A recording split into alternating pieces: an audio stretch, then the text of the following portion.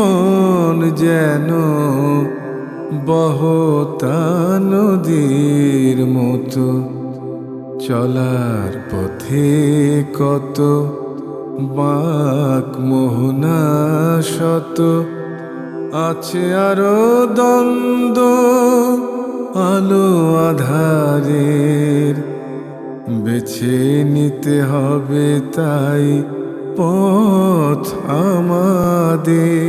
আসসালামু আলাইকুম প্রিয় দর্শক, আপনারা যারা দেশে আছেন প্রবাসে, সবাইকে জানাই অনেক অনেক প্রীতি ও শুভেচ্ছা। শুরু হলো এনটিভি আয়োজিত এবং লাভ হেলো নিবেদিত টক শো আলোকপাত। আমাদের বিষয় রাহমাতুল লিল আলামিন। আপনাদের সাথে আছি আমি জয়নুল আবেদিন আজাদ।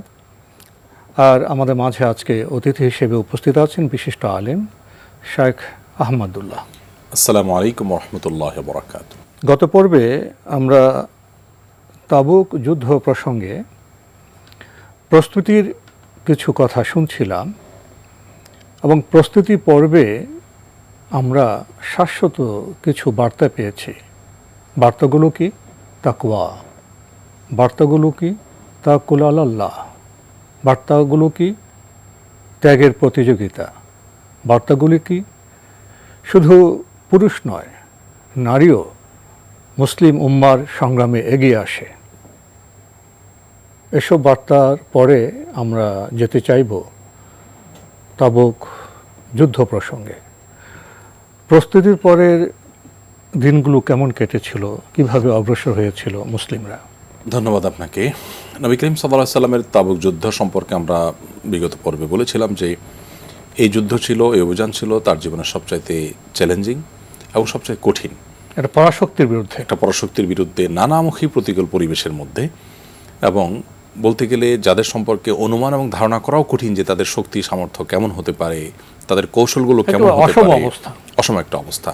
তো এরকম পরিস্থিতিতে একদিকে রোমান সাম্রাজ্যের কাছে আর এছাড়া কোনো বিকল্প ব্যবস্থা ছিল না, কারণ মুতার যুদ্ধ, তারপর মক্কা বিজয়, গোত্রগুলোর বিভিন্ন গোত্রগুলোর স্বাধীনতার দাবি তোলা, এসব পরিস্থিতিকে সামনে রাখলে রোমান সাম্রাজ্যের জন্য ডু অর ডাই পর্যায়ের, হয় বাঁচো নয় মরো, এই পর্যায়ের একটা লড়াই ছিল। তাদের জন্য একটি চূড়ান্ত যুদ্ধের বিষয় ছিল। তো এরকম কঠিন পরিস্থিতিতে সাহাবায়ে কেরাম যে আত্মত্যাগের স্বাক্ষর রেখেছেন, তারা যে নবী করিম সাল্লাল্লাহু আলাইহি সাল্লামের ডাকে সাড়া দিয়েছেন এবং প্রকৃত অর্থে বান্দা হতে পেরেছেন, একেবারেই আল্লাহর কাছে নিজেকে সমর্পণ করে আল্লাহর গোলাম এবং দাসত্বের সর্বোচ্চ পর্যায়ে পৌঁছতে পেরেছেন সাহাবায়ে কেরাম, তার স্বাক্ষর তারা কিন্তু রেখেছেন তাবুক যুদ্ধে। নবী সাল্লাল্লাহু আলাইহি সাল্লামের ডাকে তারা শারীরিকভাবে, আর্থিকভাবে, সার্বিকভাবে তারা অংশগ্রহণ করার যে প্রতিযোগিতায় অবতীর্ণ হয়েছেন তার মাধ্যমে। প্রতিযোগিতা অবতীর্ণ হওয়ার পর যখন প্রস্তুতি সম্পন্ন হলো, নবী সাল্লাল্লাহু আলাইহি সাল্লাম বের হলেন, তখনও কিন্তু নবী করিম সাল্লাল্লাহু আলাইহি সাল্লামের কাছে খুব সামান্য কিছু ঘোড়া ছিল। 30,000 লোকের মধ্যে ঘোড়া এবং উট সব মিলিয়ে এত কম ছিল যে প্রতি 18 জনের ভাগে একটা করে উট পড়ত। তাদেরকে যেটা সামরিক সজ্জা সেভাবে সজ্জিত করার কোনো সুযোগ ছিল না। এবং তাবুকের কাছাকাছি আমার যাওয়ার সৌভাগ্য হয়েছে। মদিনা থেকে এত দূরের পথ এবং এত দুর্গম পথ যে সে যুগে তারা কিভাবে গিয়েছিলেন একমাত্র আল্লাহ তাআলা ভালো জানেন। 18 জন মানুষের ভাগে একটা করে উট পড়ার মানে হলো যে 17 জন মানুষ ওটে 17টা স্টেপ পার হওয়ার পরে গিয়ে আমার সিরিয়াল আসবে। ব্যাপারটা এরকম ছিল। মানে আমরা যদি যাত্রাপথকে 18 ভাগে ভাগ করি তাহলে 17 ভাগে পায়দলে আর এক ভাগ ওঠে। মানে বিষয়টা অত্যন্ত কঠিন ছিল এবং জটিল ছিল, কিন্তু সেই জটিল কাজ করার জন্য সাহাবায়ে কেরাম সবাই প্রস্তুত ছিলেন। এরকম অসম এবং প্রতিকূল এবং আপনার সার্বিকভাবে নিজের সকল যে উপায় উপকরণহীন, চ্যালেঞ্জিং এরকম একটা অভিযানের ডাক যদি আজকের মুসলমানদের জন্য আসতো, আমরা কজনে সে ডাকে সাড়া দিতে পারতাম, সেটা অনেক বড় প্রশ্ন সাপেক্ষ বিষয়। কিন্তু আমাদের ঈমানের লেভেলটা ঠিক কোন জায়গায়, আমরা কতটা বান্দা হতে পেরেছি। তো যাই হোক, এই 30,000 বিশাল বড় বাহিনী নিয়ে সামান্য কিছু উট এবং ঘোড়া নিয়ে নবী সাল্লাল্লাহু আলাইহি ওয়াসাল্লাম রওনা দিলেন। আর মদিনার দায়িত্বে রেখে গিয়েছেন মুহাম্মদ ইবনে মাসলামা রাদিয়াল্লাহু তাআলা আনহুকে। মদিনার প্রতিনিধি তিনি ছিলেন নবী সাল্লাল্লাহু আলাইহি ওয়াসাল্লামের অগোচরে। আর আলী রাদিয়াল্লাহু তাআলা আনহুকে নবী সাল্লাল্লাহু আলাইহি ওয়াসাল্লাম রেখে গেছেন তার পরিবারের দেখভাল করার জন্য। আলী রাদিয়াল্লাহু তাআলাকে রেখে যাওয়ার পর ঠিক ওই যে মুনাফিকরা সবসময় যা করে থাকে, এক্ষেত্রেও তা করলো। নানা রকমের খোঁচাখুচি করতে শুরু করলো, নানা রকমের বাজে মন্তব্য করতে শুরু করলো যে নবী করিম সাল্লাল্লাহু আলাইহি ওয়াসাল্লাম তার পরিবারকে এই কঠিন যুদ্ধে নিলেন না, অর্থাৎ তার কাছের লোক আলী, তার পরিবারের সদস্য, তাকে রেখে গেলেন, অপপ্রচার করা যেটা, সেটা তারা করলো। তাদের সে প্রপাগান্ডায় কিছুটা আহত হয়ে আল্লাহ তাআলা একটা পর্যায়ে নবী সাল্লাল্লাহু আলাইহি ওয়াসাল্লাম অভিযানে বের হওয়ার পর তিনি পিছু ধরলেন যে নবী সাল্লাল্লাহু আলাইহি ওয়াসাল্লামের সাথে শামিল হবেন গিয়ে। একটা পর্যায়ে তিনি শামিলও হলেন। তখন নবী করিম সাল্লাল্লাহু আলাইহি ওয়াসাল্লাম তাকে বললেন, দেখো তুমি হলে আমার কাছে মুসার কাছে হারুন যেমন, ঠিক সেরকম মুসার কাছে হারুন যেরকম আপন, তুমি আমার কাছে সেরকম আপন। অতএব তোমাকে আমি যা বলেছি তুমি সেটা শুনো, সেটার মধ্যেই করলাম, তুমি ফিরে যাও মদিনায়, তোমাকে যেতে হবে না। আল্লাহ তাআলা মদিনায় ফিরে এলেন এবং তিনি আর গেলেন না। অর্থাৎ আনুগত্য কত বেশি ছিল যে নানা কটু কথাকে উপেক্ষা করে তিনি যেখানে বেরিয়ে গেছেন, নবী সাল্লাল্লাহু আলাইহি ওয়াসাল্লামের আবারও যখন নির্দেশ পেলেন সেই নির্দেশে তিনি মাথা নত করে আবার ফিরে এলেন। একটি বিষয় আমাদের উল্লেখ করা প্রয়োজন, নবী সাল্লাল্লাহু আলাইহি ওয়াসাল্লামের আচরণ যেমন কোনো সাধারণ আচরণ ছিল না, তার কোনো কথাকে, কোনো নির্দেশকে সাধারণ মানুষের নির্দেশ হিসেবে বিবেচনা করাটা ছিল খুবই অসঙ্গত, কারণ তিনি তো ওহীর ভিত্তিতে পরিচালিত। অতএব তার প্রতিটা বিষয় ইন হুয়া ইল্লা ওয়াহয়ুন ইউহা মা ইয়ানতিকু আনিল হাওয়া, আল্লাহ তাআলা বলেছেন তার রাসূল সম্পর্কে তিনি নিজের প্রবৃত্তি থেকে কোনো কথা বলেন না। হ্যাঁ, এখানে আমরা শব্দটা যদি লক্ষ্য করি, যারা আরবি বুঝেন তারা বলতে পারবেন মা ইয়ানতিকু মানে নুতক শব্দের অর্থ হলো মুখ থেকে যা উচ্চারণ করে মানুষ, সেটাকে নুতক বলা হয়। কিন্তু নবী করিম সাল্লাল্লাহু আলাইহি ওয়াসাল্লাম মুখ থেকে কিছুই উচ্চারণ করেন না তার প্রবৃত্তি থেকে। ইন হুয়া ইল্লা ওয়াহয়ুন ইউহা, তিনি যাই উচ্চারণ করেন তা ওহী, তার কাছে প্রেরণ করা হয়, তা তিনি উচ্চারণ করেন। তার মানে তার এই মুখনিসৃত নির্দেশ এবং নিষেধগুলো, সেগুলো যে আমাদের জন্য অলঙ্ঘনীয়, আমাদের জন্য অবশ্য পালনীয়, সেটা কিন্তু পরিষ্কারভাবে বোঝা যায়। এবং সাহাবীরা সে বার্তা নিতে পারতেন, যার কারণে তারা দ্বিতীয়বার তার সাথে কোনো প্রকার আর্গুমেন্টে জড়াতেন না। আর তারা শুনলেন এবং সাথে সাথে তিনি ওয়াপস চলে গেলেন। আজও আমাদেরকে ঠিক একইভাবে নবী করিম সাল্লাল্লাহু আলাইহি ওয়াসাল্লামের আদেশ নিষেধগুলো যখনই আমরা জানতে পারবো, ঠিক সেভাবে আমাদেরকে মানতে হবে। আমরা সেখানে কোনো সভ্যতায় আরেকটি বিষয়ে আপনার সাথে বোধহয় কথা বলা প্রয়োজন, খুবই গুরুত্বপূর্ণ বিষয়। বর্তমান সভ্যতায় আমরা যারা মুসলিম, তারা ঘরে বাইরে চ্যালেঞ্জে, উৎপাদনে, বন্টনে, চ্যালেঞ্জে, সংস্কৃতিতে, নৃতত্বে আমরা যখন কথা বলি, তখন এদিক সেদিকে আমরা যাই, মানব অধীত বিদ্যার প্রতি আমাদের আকর্ষণ অত্যধিক। কেউ কেউ বলে এই বিষয়ে কি ইসলামে কোনো বক্তব্য আছে? তো আমরা এই কথা বলি না যে এই বিষয়ে সুন্নাহ কি। আসলে আমাদের তো বলা উচিত যে কোনো বিষয়ে এটাকে করা যাবে বা করা যাবে না, আমাদের তো বলা উচিত ছিল এই ব্যাপারে সুন্নাহ কি, এই বিষয়টি একটু ব্যাখ্যা করবেন। নবী করিম সাল্লাল্লাহু আলাইহি ওয়াসাল্লামের আদর্শ কি? আল্লাহ তাআলা তাকে তো আমাদের জন্য সর্বোত্তম আদর্শ করে পাঠিয়েছেন। লাকাদ কানা লাকুম ফি রাসূলিল্লাহি উসওয়াতুন হাসানাহ, রাসূলের মধ্যেই তোমাদের জন্য সর্বোত্তম আদর্শ আছে। তার মানে আমাদের প্রতিটা বিষয় তার ছাঁচে ফেলে দেখতে হবে, তার ছাঁচের সাথে মিললে সেটা আল্লাহর কাছে গ্রহণযোগ্য হবে, আর তা না হলে আল্লাহর কাছে গ্রহণযোগ্য হবে না। নবী করিম সাল্লাল্লাহু আলাইহি ওয়াসাল্লাম বলেছেন, তারাকতুকুম আলা আরদিন বায়দা, তোমাদেরকে আমি পরিষ্কার একটি ভূখণ্ডের উপর রেখে গেলাম, লাইলুহা কানাহারিহা, এর রাত এবং দিন সমান, অর্থাৎ কোনো অস্পষ্টতা নেই। যে কোনো বিষয়ে আমার আদর্শ আছে, আমার নীতিমালা আছে, এমন কোনো বিষয় আপনি পাবেন না যে বিষয়ে নবী করিম সাল্লাল্লাহু আলাইহি ওয়াসাল্লামের সুন্নাহ বা তার পরিষ্কার কোনো আদর্শ নির্দেশনা নেই। দেখুন, উহুদের যুদ্ধে আমরা লক্ষ্য করেছি যে যখন নবী করিম সাল্লাল্লাহু আলাইহি ওয়াসাল্লাম সাহাবীদেরকে তীরন্দাজ বাহিনীর নেতৃত্বে জাবাল রুমাতের উপর রাখলেন যে তোমরা সেখান থেকে শত্রুদেরকে আক্রমণ করবে, আমরা জিতি বাহারি, তোমরা নামবে না, জাস্ট এই কথাটা মানতে একটু হেরফের হয়েছে, তাদের বুঝের ভুল হয়েছে, তারা নেমে গেলেন। আর এর কারণে কিন্তু চরম মূল্য তাদেরকে দিতে হয়েছে। সামান্য একটা নির্দেশনা, শুধুমাত্র একটা যুদ্ধের কত শত নির্দেশ থাকে, তার একটা ছোট নির্দেশ, একটা কৌশলকে অবজ্ঞা করার কারণে বিপর্যয় এবং চরম মূল্য দিতে হয়েছে। 70 জন গুরুত্বপূর্ণ ব্যক্তিকে হারাতে হয়েছে এবং নবী করিম সাল্লাল্লাহু আলাইহি ওয়াসাল্লামের প্রিয় মানে তার দাঁত মুবারক শহীদ হতে হয়েছে, অর্থাৎ তাকে আহত হতে হলো এবং তার হেলমেটের আঘাতে রক্তাক্ত হতে হলো, আরও কত মূল্য মুসলমানদেরকে দিতে হলো। আজ আমরা যে অবলীলা নবী সাল্লাল্লাহু আলাইহি ওয়াসাল্লামের অসংখ্য সুন্নাহকে অবজ্ঞা করে চলছি, তার নির্দেশনাকে অবজ্ঞা করে চলছি, সমাজে, পরিবারে, সব ক্ষেত্রে নবী করিম সাল্লাল্লাহু আলাইহি ওয়াসাল্লামের সুন্নাহ যদি আজও আমরা অনুসরণ করি, তাহলে সেক্ষেত্রে এই জাতীয় যে বৈশ্বিক সংকটগুলো আমরা দেখতে পাচ্ছি, এই সংকটগুলোও কিন্তু কেটে যাবে। জ্বালানির সাথে আচরণ, পানির সাথে আচরণ, সবুজের সাথে আচরণ, প্রকৃতির সাথে আচরণ, সবগুলো ক্ষেত্রে নবী সাল্লাল্লাহু আলাইহি ওয়াসাল্লামের সুন্নাহকে অনুসরণ করলেই কিন্তু মুক্তি পাওয়া যাবে। যেমনটি আমরা দেখেছি সাহাবায়ে কেরাম তার প্রতিটি কথাটাকে সর্বোচ্চ গুরুত্ব দিয়ে মানতেন এবং অবশ্য পালনীয় তারা মেনে নিতেন। মানলাম, সামিআনা ওয়া আতা'না, আল্লাহ যেটাকে কোরআনে তার ভাষায় বলেছেন, তারা নবী সাল্লাল্লাহু আলাইহি ওয়াসাল্লাম অনুসারীরা বলেছেন সামিআনা ওয়া আতা'না, আমরা শুনলাম আর মানলাম। মুসা আলাইহিস সালামের অনুসারীদের একটা অংশ তারা বলতো সামিআনা ওয়া আসাইনা, আমরা শুনলাম আর এটাকে ডিনাই করলাম, মানলাম না। এরকম অধ্যত্ত তারা দেখাতো এবং তার পরিণতি তাদেরকে বরণ করতে হয়েছে, এখনও হচ্ছে। আর মোহাম্মদ সাল্লাল্লাহু আলাইহি ওয়াসাল্লাম অনুসারীরা সাহাবা ইকরাম তারা কিন্তু সামি'না ওয়া আতা'না বলেছেন, আমরা শুনলাম এবং মানলাম, সাথে সাথে আল্লাহ তাআলা সেই স্বাক্ষর কিন্তু তারা রেখেছেন।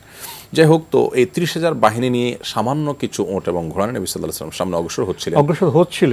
আমরা যে জায়গায় ছিলাম, যে সাহাবা ইকরাম মদিনা থেকে তাবুকের দিকে অগ্রসর হচ্ছিলেন রোমান সাম্রাজ্যের মোকাবেলার, তাদের 40,000 বাহিনীর মোকাবেলার উদ্দেশ্যে।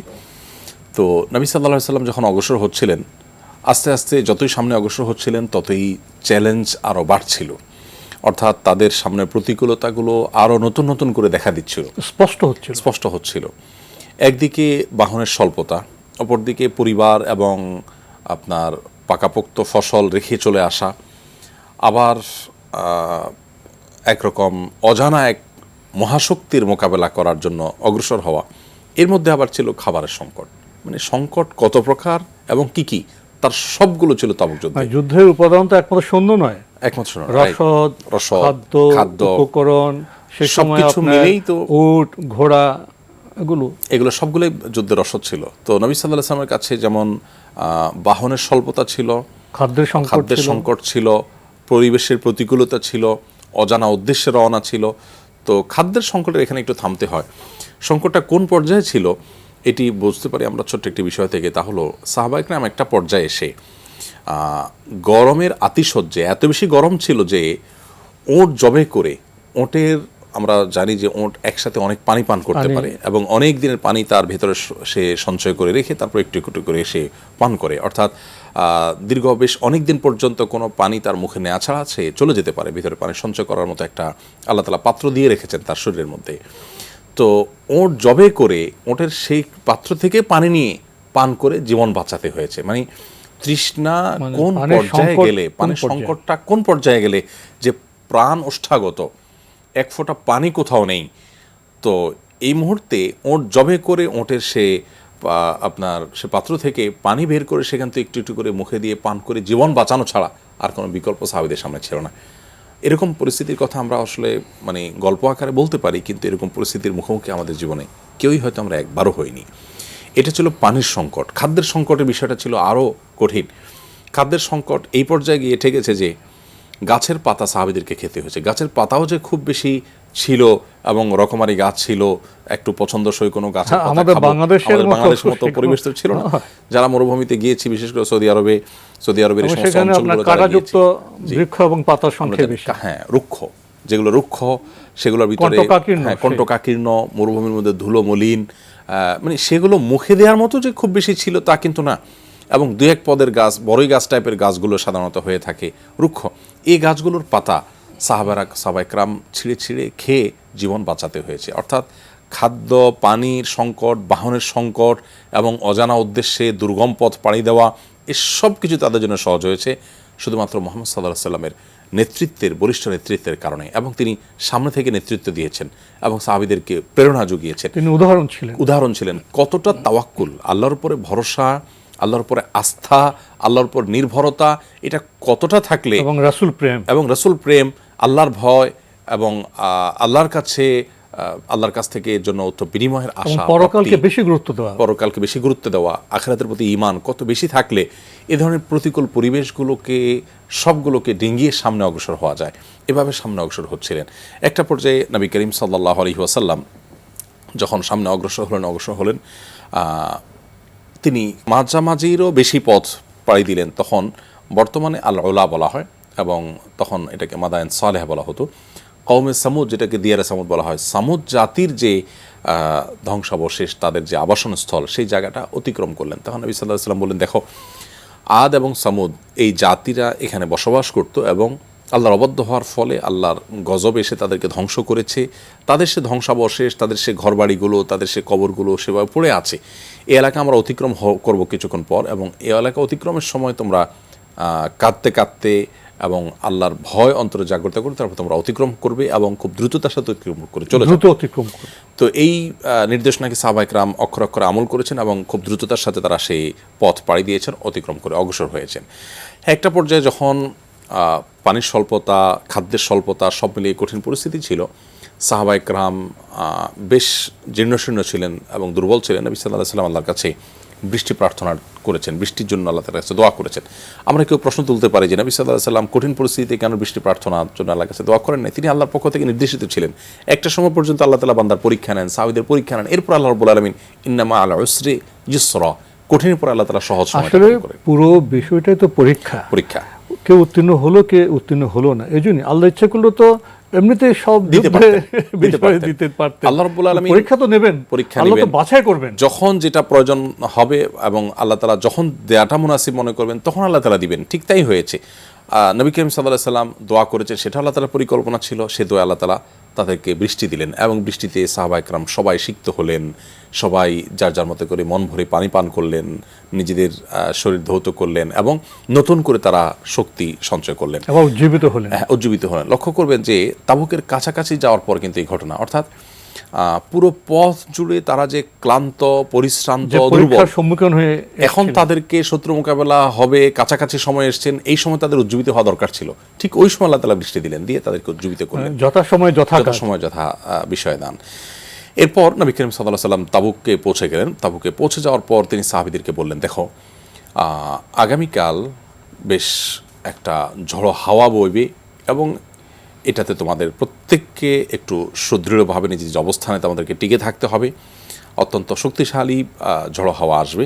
সাহাবায়ে কেরাম নবী সাল্লাল্লাহু আলাইহি সাল্লামের ভবিষ্যৎবাণীর উপর অপেক্ষা করলেন এবং তিনি এগুলো বলেছেন গায়েব থেকে, গায়েবের ইলম তার কাছ থেকে আগে থেকে ছিল সেই মর্মে নয়, বরং আল্লাহ তাআলা তাকে জানিয়েছেন, সে ওহী দিয়ে জানিয়েছেন যে এরকমটি হবে। তিনি জানিয়েছেন সাহাবায়ে কেরাম সবাই প্রস্তুত হন ঠিক তার ভবিষ্যৎবাণী অনুপাতে এবং মরু ঝড়ের যে কৌশল আছে কৌশলগুলো অবলম্বন করলেন। এখানে লক্ষণীয় যে আল্লাহ তাআলা কেন নবী সাল্লাল্লাহু আলাইহি ওয়াসাল্লামকে আগে জানালেন। যদি আগে না জানাতেন তাহলে হয়তো হঠাৎ যে মরুঝড় শুরু হতো এটাতে লণ্ডভণ্ড হয়ে যেতেন, অপ্রস্তুত থাকতেন এবং অচেনা জায়গায় এবং তাদের ঘরবাড়ি নেই এরকম একটা জায়গায় তারা ঝড়ো হাওয়া আসবে জানতেন। সেই কারণে সবাই যার যার মতো করে প্রস্তুতি নিয়ে নিরাপদ জায়গায় তারা থাকলেন, অর্থাৎ ঝড়ো হাওয়া তাদের কোনো ক্ষতি করতে পারল না। যখন এরকম ঝড়ো হওয়ার পরও 30,000 লোকের বিশাল বাহিনী নবী সাল্লাল্লাহু আলাইহি সাল্লাম এসে তাবুকে অবস্থান গ্রহণ করলেন, এই সংবাদ চলে গেল রোমান সাম্রাজ্যের কাছে। রোমান সাম্রাজ্যের যে সমস্ত সৈনিকরা ছিল সেই সৈনিকরা এর আগে মুতার যুদ্ধে দীর্ঘ সময় পর্যন্ত লড়াই করেও সাহাবায়ে কেরামদেরকে দুর্বল করতে পারেনি, তাদেরকে মাথা নত করাতে পারেনি। এখন তারা এসেছে তার অনেক গুণ বেশি শক্তি নিয়ে এবং সেটাও এই ঝড়ো হাওয়া মোকাবেলা করে, নানা প্রতিকূল পরিবেশ মোকাবেলা করে, দীর্ঘ পথ পাড়ি দিয়ে তারা এসে নিজ উদ্যমে তারা উদ্যম সহকারে তারা উপস্থিত। এরকম দেখার পর নবী করিম সাল্লাল্লাহু আলাইহি সাল্লামের এই বাহিনীর শৌর্য বীর্য, তাদের যে শক্তিমত্তা, এটা মোটামুটি তাদের কাছে জানা হয়ে গেল। এর মধ্যে আবার নবী সাল্লাল্লাহু আলাইহি সাল্লামের ভাষণ ছিল খুব গুরুত্বপূর্ণ। তিনি সাধারণত যে কোনো অভিযানে, আমরা দেখি যে মক্কা বিজয়ের পর তিনি ভাষণ দিয়েছেন একাধিকবার। বিভিন্ন অভিযানে যাওয়ার আগ মুহূর্তে, প্রাক্কালে বা অভিযান শুরু করার আগ মুহূর্তে নবী সাল্লাল্লাহু আলাইহি সাল্লাম সাহাবীদেরকে তার মানে সেনা প্রধান হিসেবে তার যে বক্তব্য ছিল সৈনিকদেরকে লক্ষ্য করে সেটা তিনি দিক নির্দেশনা নির্ধারণ করে দিতেন। তো এরকম একটা বক্তব্য নবী করিম সাল্লাল্লাহু আলাইহি সাল্লাম কিন্তু দিয়েছেন, খুতবা। সেই খুতবায় নবী সাল্লাল্লাহু আলাইহি সাল্লাম সাহাবীদেরকে অনুপ্রাণিত করেছেন তারা যেন তাদের সর্বশক্তি নিয়ে আল্লাহর নির্দেশে তারা সামনে অগ্রসর হন এবং সকল চ্যালেঞ্জ মোকাবিলা করার জন্য প্রস্তুত থাকেন। তাদের জন্য এই নবী সাল্লাল্লাহু আলাইহি সাল্লামের খুতবা ছিল দারুণ অনুপ্রেরণার বিষয়। অপরদিকে রোমান সাম্রাজ্যের যে সৈনিকরা আমরা বলছিলাম, তারা যখন সাহাবীদের এই প্রস্তুতি, তাদের এই সার্বিক উদ্যম, এসব বিষয়গুলো তারা জানতে পারছিল, তারা ততই দুর্বল হয়ে পড়ছিল। আসলে আল্লাহ তাআলা কোরআন কারীমে বলেছেন, ইদান যালিকা বিআন্নাল্লাহা মাওলাল্লাযিনা আমানু ওয়া আন্নাল কাফিরিনা লা মাওলা লাহুম। আল্লাহ রাব্বুল আলামিন ঈমানদার এবং কাফিরদের মধ্যে পার্থক্য এখানে রেখেছেন। যারা আল্লাহর প্রতি বিশ্বাসী তাদের অভিভাবক আল্লাহ, তারা আল্লাহর প্রতি আস্থা এবং ভরসার কারণে তারা যে শক্তি পেয়ে থাকেন। যারা আল্লাহর প্রতি বিশ্বাস রাখেন না, অবিশ্বাসী কাফের, তাদের কিন্তু সেই জিনিসটা থাকে না, অর্থাৎ তারা থাকে সহায় সম্বলহীন, তারা থাকে অভিভাবকহীন, এই যে আতঙ্কের মধ্যে থাকে। এটাকে আমরা অলৌকিক শক্তি বলতে পারি, যা দৃশ্যমান নয়। অবশ্যই এটা যেহেতু দৃশ্যমান নয়, অলৌকিক শক্তি। এই অলৌকিক শক্তি মুসলমানদেরকে অনেক দূর এগিয়ে যেতে সাহায্য করে। এই অলৌকিক শক্তি মোকাবেলা তো বস্তুগত উপকরণ দিয়ে সম্ভব নয়। ঠিকই বলেছেন, চমৎকার। এবং এই শক্তিই কিন্তু রোমান সাম্রাজ্যের পুরো 40,000 লোকের বিশাল বাহিনীকে ছত্রভঙ্গ করে দিল। অর্থাৎ তাদের প্রত্যেকের অন্তরে ত্রাসের সৃষ্টি হয়ে গেল যে না, এই মানুষগুলোকে তো বোধ হয় হারানো তো পরের কথা, তাদের মোকাবেলা করার জন্য সামনে যাওয়াও সম্ভব নয়। তারা নৈতিকভাবে এতটা বলিয়ান যে তারা সেই সুদূর মদিনা থেকে এই পর্যন্ত চলে এসেছে, তাদের এতগুলো প্রতিকূলতা উপেক্ষা করে, অতিক্রম করে, এবং এখানে এসে আবার এত বড় মরুঝড় অতিক্রম করেও তারা এখন মানে তাদের সউদ্যমে প্রস্তুত। একদিকে মুসলিম বাহিনীর সাথে নৈতিক যে চেতনা প্রেরণা যুক্ত আছে, আর রোমের যে বিশাল বাহিনী সেখানে বস্তুগত শক্তি আছে। এই দুইয়ের মোকাবেলা দেখা যায় সবসময় যেটা অলৌকিক শক্তি, যেটা নৈতিক শক্তি, সেটা অধিকতর শক্তিমান। এ বিষয়ে তো আরও অনেক কথা আপনার কাছ থেকে শুনবো, কিন্তু আজকের পর্ব নয়। আজকের পর্বে আমাদের এখানে শেষ করতে হচ্ছে। আপনাকে অনেক ধন্যবাদ। ধন্যবাদ আপনাকে। প্রিয় দর্শক, আমরা দেখছিলাম এনটিভি আয়োজিত এবং লাভ হলো নিবেদিত টক শো আলোকপাত। আমাদের আজকের বিষয় রহমাতুল্লিল আলামিন। আমাদের অনুষ্ঠান আপনারা এনটিভি অনলাইনেও দেখতে পারবেন। ভিজিট করুন www.ntvbd.com। এছাড়া ইউটিউবে এবং আমাদের ভেরিফাইড ফেসবুক পেজে অনুষ্ঠান দেখতে পারবেন। প্রিয় দর্শক, আমরা নবী সাল্লাল্লাহু আলাইহি ওয়াসাল্লামের জীবনের অনেক রহস্য, অনেক দিক উদ্ঘাটন করতে সক্ষম নই। ও আমাদের যে ভাষায় তো আমরা কিছু ব্যক্ত করার চেষ্টা করি, কিন্তু যেখানে অহির বিষয় থাকে, যেখানে অলৌকিক বিষয় থাকে, ভাষা কি তার সব বিষয় চয়ন করতে পারে? ভাষা কি সেসব বিষয়কে সব সময় বাংময় করতে পারে? এখানে বোধহয় কিছু অনুধ্যানের বিষয় আছে, গভীরতর উপলব্ধির বিষয় আছে। আহ্বান রইল, আসুন এসব বিষয় আমরা জানার চেষ্টা করি পঠন এবং আত্মবিশ্লেষণের মাধ্যমে, উপলব্ধির মাধ্যমে। প্রিয় দর্শক, মহান আল্লাহ আমাদের সবাইকে নিরাপদে রাখুন শান্তিতে। আসসালামু আলাইকুম। চলার পথে কত বাঁক মোহনা শত, আছে আরো দ্বন্দ্ব আলো আধারের, বেছে নিতে হবে তাই পথ আমাদের।